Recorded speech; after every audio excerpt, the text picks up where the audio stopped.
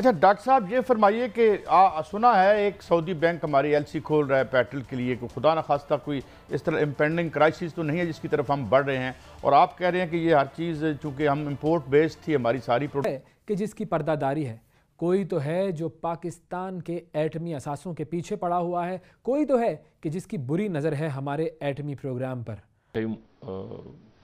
मुअज़्ज़ज़ शख्सियत और पाकिस्तान में सबसे ज़्यादा तवील अरसे तक वज़ीर ख़जाना तीसरी दफ़ा रहने का उनको इजाज़त हासिल हुआ है। IMF की जानिब से मुआहदे के लिए ताहाल ग्रीन सिग्नल न मिल सका।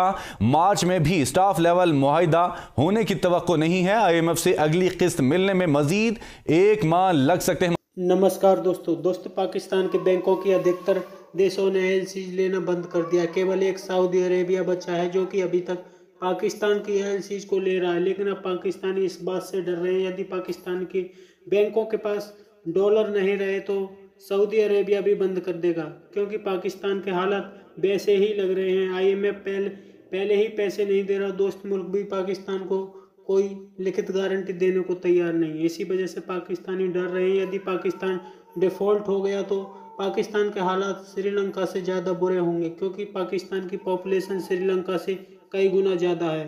प्रोडक्शन तो वो भी बंद पड़ी है। तो आप क्या समझते हैं कि कोई खुदा न खास्ता कोई ऐसा क्राइसिस तो नहीं होगा जिस तरह हम कुछ दूसरे मुल्कों में देख चुके हैं? कि देखिए, यही सबसे बड़ा जो ख़तरा है वो इसी बात का है कि अगर हमारे ये IMF का प्रोग्राम नहीं चलता और उसके साथ साथ जो दीगर हमारे जो क्या कहते हैं डेवलपमेंट बैंक्स हैं, वर्ल्ड बैंक, एशियन बैंक, इनसे पैसा नहीं आता तो पाकिस्तान की जो फॉरेन एक्सचेंज की जो रिज़र्व्स हैं उसके ऊपर इतना प्रेशर पड़ेगा कि बैरूनी ममालिक आपके एलसीज जब आप खोलें तो उनको वो ऑनर नहीं करेंगे। वो समझेंगे कि आपके पास डॉलर नहीं है। पहले तो हम एलसी खोल नहीं रहे, सिर्फ वो चंद चीज़ों की एलसीज खोलते हैं। लेकिन अगर बैरूनी बैंकों को, बैरूनी ममालिक को ये शक पड़े कि पाकिस्तान अपनी जो वादाशुदा डॉलर है वो नहीं दे सकेंगे, तो वो वहाँ से वो खाम तेल हुआ या कोई और चीज़ नहीं भेजते। ये तरीक़ाकार होता है फाइनेंशियल पेमेंट्स का और फाइनेंशियल ट्रांजैक्शंस का। अब बात यह है कि अगर पाकिस्तान इस लाइन पे जाए और आपको खाम तेल की भी जो सप्लाई है उसमें कमी आ जाए, तो ये याद रखिए कि पाकिस्तान की अपनी प्रोडक्शन जो है खाम तेल की वो इतनी नहीं है कि इस वक्त की जो हमारे पेट्रोल और डीज़ल की जो कंजम्पशन है उसको पूरा कर सके। और हमारे आर्म्ड फोर्सेस की अगर खुदा ना खास्ता ऐसे हालात में जंग छिड़ जाए, किसी और बात पर हमारे जो दुश्मन वो है, मुल्क के दुश्मन है, उन्होंने कोई ऐसे काम कर दिया तो आपके पास हर किस्म के शॉर्टेजेस होंगे। और पाकिस्तान के जो जोग्राफिया है वो ऐसा है कि हमारे जो पोर्ट्स हैं, जो हमारे समंदर से आने वाला सामान है वो सारा जनूब में पहुंचता है, और शमाल में पहुंचाने के लिए आपको एक बहुत बड़ा ट्रांसपोर्ट का नेटवर्क चाहिए, जिसके लिए आपको ऑयल की और डीज़ल और पेट्रोल की ज़रूरत होती है। अगर आपका कोई भी इस किस्म की वो आ जाए तो श्रीलंका से बदतर यहाँ पर। बहुत शुक्रिया डॉक्टर। इसलिए कि इन्होंने इंपोर्ट्स मुकम्मल बंद कर दी हैं, एलसीज किसी चीज़ की नहीं खुल रही, और उसका असर क्या होता है, आपके कारखाने बंद हो रहे हैं, इसीलिए आपके एक्सपोर्ट्स भी कम हो रहे हैं। इस वक्त जो स्टॉक्स में जो थोड़ी बहुत अशिया पड़ी है वो मार्केट में है। इस वक्त मईशत बंद होने को जा रही है। ये लोग इनके पास ये कमाने की कोई सलाहियत रही नहीं, न मईशत में और न ही किसी चीज़ को चलने दे रहे हैं। और जिस तरीके से इन्होंने एक पॉलिटिकल अनसर्टनटी पैदा कर दी है, इसमें तो न कोई इन्वेस्ट कर रहा है, न कोई इंपोर्ट कर रहा है, न कोई एक्सपोर्ट का ऑर्डर ले सकता है कि पता नहीं वो उसको पूरा कर सकेगा कि नहीं। यहाँ पर तो सिर्फ सूद की मद में ये लोग बैंकों को बेतहाशा पैसा दे रहे हैं। इस साल इन्होंने अभी सूद की जो शरह है वो 20% तक पहुँचा दी है। देखिए, इस साल सिर्फ सूद की मद में बजट से 5,000 अरब रुपए जो है वो बैंकों को जाएगा। आपके जितने भी टैक्सेस हैं उसका 60-65% पैसा तो सिर्फ कमर्शियल बैंक्स को जाएगा। तो आप तक क्या पहुंचेगा, मईशत तक कहाँ पहुंचेगा। तो ये सरासर इनकी जो पॉलिसी है हर सिम्ट में वो गलत हैं और ये मईशत को बंद कर रहे हैं।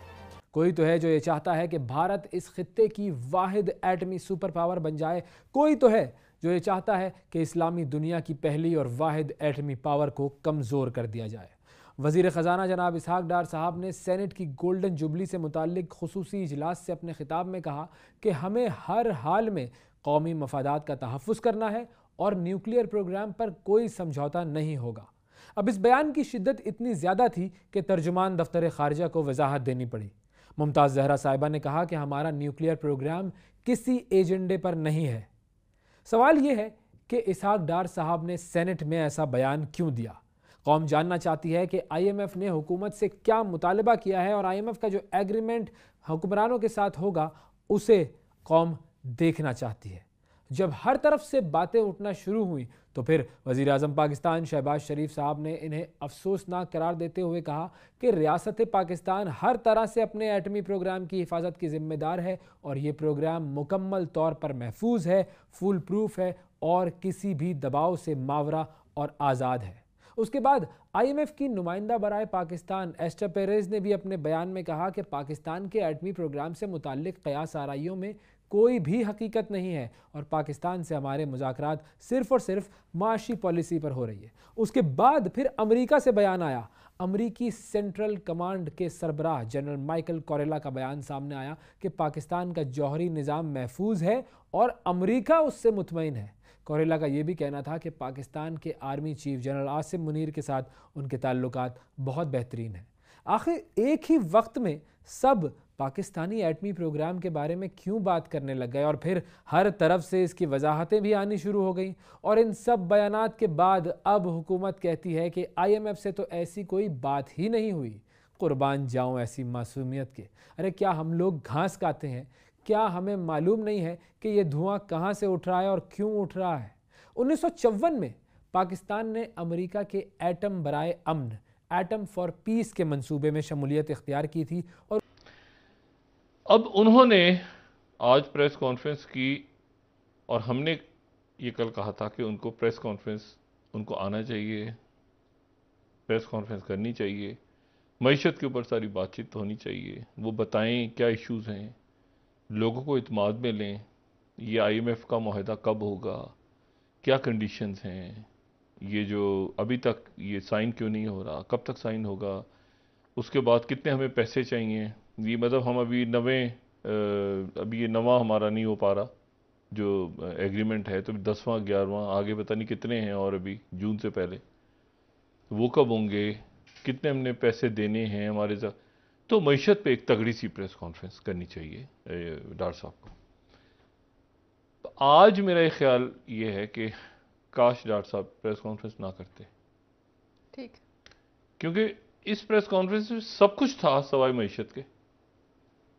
मतलब IMF के साथ मुआहदा कब होगा, मतलब डॉलर के बारे में उनसे सवाल हुआ तो उन्होंने कहा डॉलर मुझे नहीं पता, मतलब उनको पता ही नहीं चला। लेकिन उन्होंने प्रेस कॉन्फ्रेंस की और उस प्रेस कॉन्फ्रेंस में हर बात थी सवाए मुल्की मईशत के। उन्होंने कहा मैं इस्तीफ़ा नहीं दूंगा। तो उनसे इस्तीफ़ा किसने मांगा है? इस्तीफ़ा तो उनसे, मतलब ये तो वैसे ही एक बात कल से चल रही है, PTI की जानिब से कहा गया, तो उसके ऊपर पूरी प्रेस कॉन्फ्रेंस ठोक दिया कि देखें रिएक्ट कर गए। इसहाक डार साहब को रिएक्ट नहीं करना चाहिए और इसमें आके वो अगर इमरान खान और ये और शब्बर जैदी साहब को खोज गए और ये है और वो है, तो उनको आके एक बहुत ही एक तहम्मुल के साथ, ये बिल्कुल आज वही हुआ है जो एक दफ़ा उन्होंने कहा था ना IMF को ऐसी की तैसी कर दूंगा मैं IMF की, ये उस तरह की प्रेस कॉन्फ्रेंस थी और किसी बात पे वो रिएक्ट कर गए इसहाक डार साहब। वरना वो ये जो जब वो आ रहे भी है ना, गुस्से में चलते हुए आ रहे हैं, देखें लग रहा है जैसे वो कुश्तों के पुश्त, वो इसहाक डार साहब के एक ठंडे मिजाज के आराम से तो रिएक्ट कर गए। उनको रिएक्ट नहीं करना चाहिए था, उनको मुल्की मईशत के ऊपर लोगों को इत्मीनान में लेना चाहिए था, ताकि उसके नतीजे में ये बात हो कि मुआहदा कब तक होगा, क्या प्रॉब्लम्स थे। अब मैं इमरान खान को बताऊं, मैं ये करूं, क्या हो गया। फिर उन्होंने एक और बात की, लाने वालों ने हमें कहा मतलब इनको कोई लाए थे?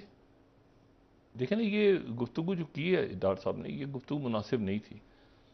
इनका जो हम लाने वालों ने हमें कहा कि हम आपको, अगर कुछ अरसे खान को हमने ना निकाला, इमरान खान को, तो मुल्क दिवालिया हो जाएगा और मुल्क नहीं बचेगा। ये लाने वालों ने कहा। कौन से लाने वाले थे?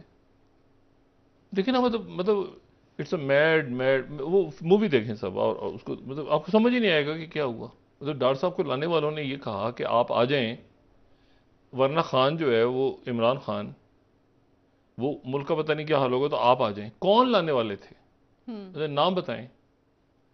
तो दोस्तों, पाकिस्तान में इस वक्त काफ़ी ज़्यादा गहमा गहमी मची हुई है। एक तरफ तो पाकिस्तान की सरकार IMF का प्रोग्राम बाहर नहीं करवा पा रही, तो दूसरी तरफ इमरान खान ने पाकिस्तान में इस वक्त आग लगाई हुई है। इसी वजह से पाकिस्तान में पॉलिटिकल इंस्टेबिलिटी ना होने की वजह से पाकिस्तान को कोई भी मुल्क पैसे देने को तैयार नहीं है। IMF पाकिस्तान को पैसे नहीं दे रहा। साथ ही यदि पाकिस्तान का सऊदी अरब से भी तेल बंद हो जाता है तो पाकिस्तान के हालात बहुत बुरे हो जाएंगे और पाकिस्तान डिफॉल्ट हो जाएगा, जबकि पाकिस्तान में पेट्रोल डीजल का क्राइसिस पैदा हो जाएगा। इसे लेकर पाकिस्तानी काफ़ी ज़्यादा डर रहे हैं, क्योंकि पाकिस्तान की पॉपुलेशन श्रीलंका से कहीं गुना ज़्यादा है। इसी वजह से यदि पाकिस्तान श्रीलंका की तरह दिवालिया हो जाता है तो पाकिस्तान के हालात बहुत ही ज़्यादा बुरे होंगे, जो कि पाकिस्तान की फ़ौज और पाकिस्तान की सरकार के बस में नहीं होगा संभालना। इसी वजह से पाकिस्तानी सरकार पूरी कोशिश कर रही है कि जल्दी से जल्दी IMF से पैसे लिए जाएं, लेकिन अभी तक उन्हें सफलता नहीं मिल पाई है। आपकी क्या राय है कमेंट में जरूर शेयर करें। यदि आप चैनल पर नए हैं तो चैनल को सब्सक्राइब करें। वीडियो पसंद आए तो लाइक करें, कमेंट करें और शेयर करें।